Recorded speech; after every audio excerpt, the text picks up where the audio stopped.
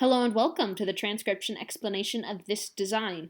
It was done using Loren Sherman's script, which uses a combination of dot modifiers, like these, and line modifiers, which can be either straight or curvy lines, so they can get kind of tricky if they look like circles. In combination with these 4 different shaped letter stems. So there's the deep divot stem, which looks like this, a circle inside the word circle stem, which looks like this, a shallow divot stem, which looks like this or like this, and then a circle on the line of the word circle, which is like this one or like this one. And then there's vowels, which are smaller circles, and they have different positions depending upon what vowel they are and if they're attached on one of these 4 different letter stems. So A's are always on the outside of the word circle, so here's a little A here.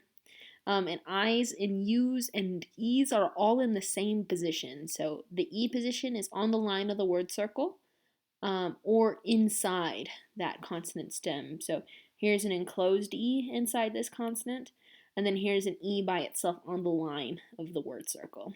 So lines coming from vowels make it either an I, which has a line going inwards, or a U, which has a line going outwards. So this is a U with a line outwards. This is an I with a line inwards. These are both more I's.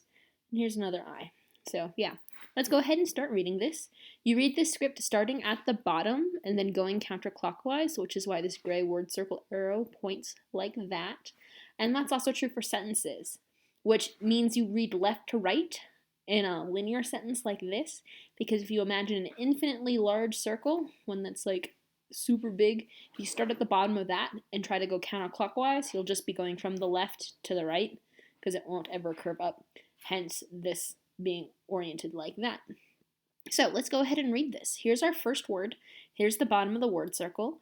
This is the first letter you hit, and it has 1, 2, 3 lines and is a circle inside the word circle. So it is an M. So because it's inside the word circle and has 1, 2, 3 lines on it.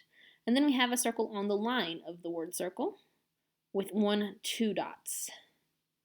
And something I do stylistically, even though this is a smaller consonant, for my actual vowels, I erase the line behind them.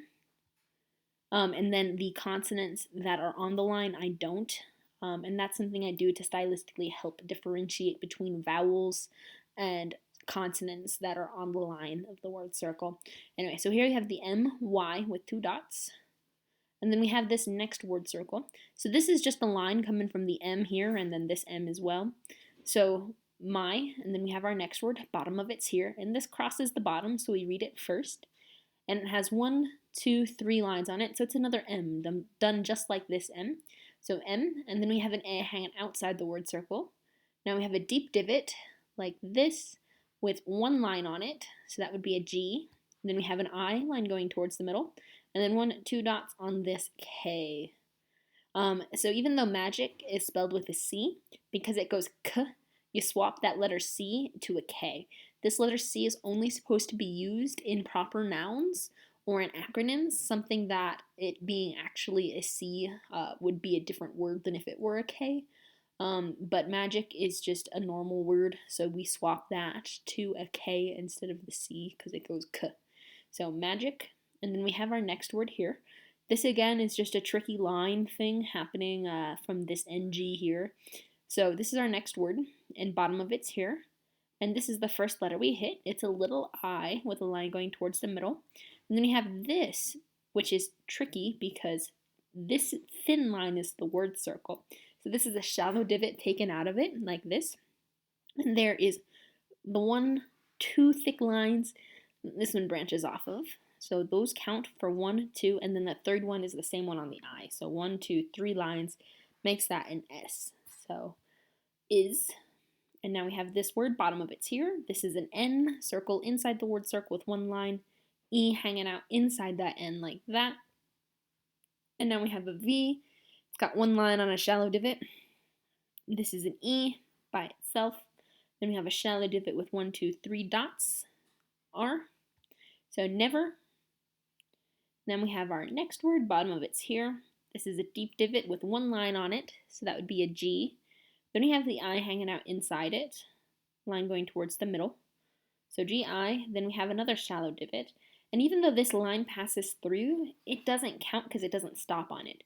This one is the one that counts because it stops on it. So it still has just one line on it, making it a V, just like this V with one line. This is another V, shallow divot, one line. And then we have a I line going towards the middle, just like this I. Then we have this thick one, which is on the line of the word circle with 1, 2, 3 lines coming from it. So again, this one passing through doesn't count. This is the word circle, and these are the 3 that actually end on it. So that makes it an NG.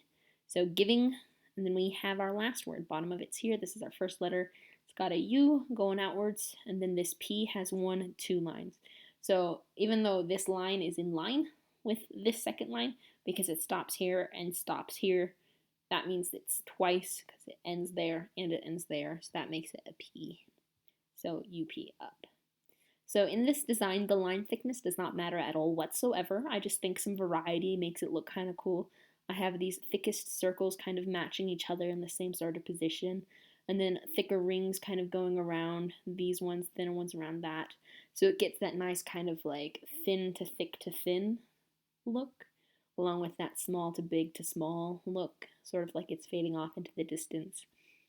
For your tattoo artist, the line thicknesses I used is, if this is a 10-inch long canvas that I was working on, this was a 10 pixel line. The thin ones were 10 pixels, and then I used 18 pixels for these thick ones. And then this medium thick one, like here, here, and here, were 30, and then these 2 particular thick ones were 50.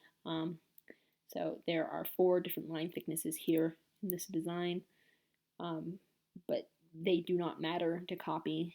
It'll still be read the same if they are all thin lines or all thick lines. So yeah, that's that. I hope it makes for a good tattoo. I think it looks super sleek and super awesome, and I hope you like it. Bye.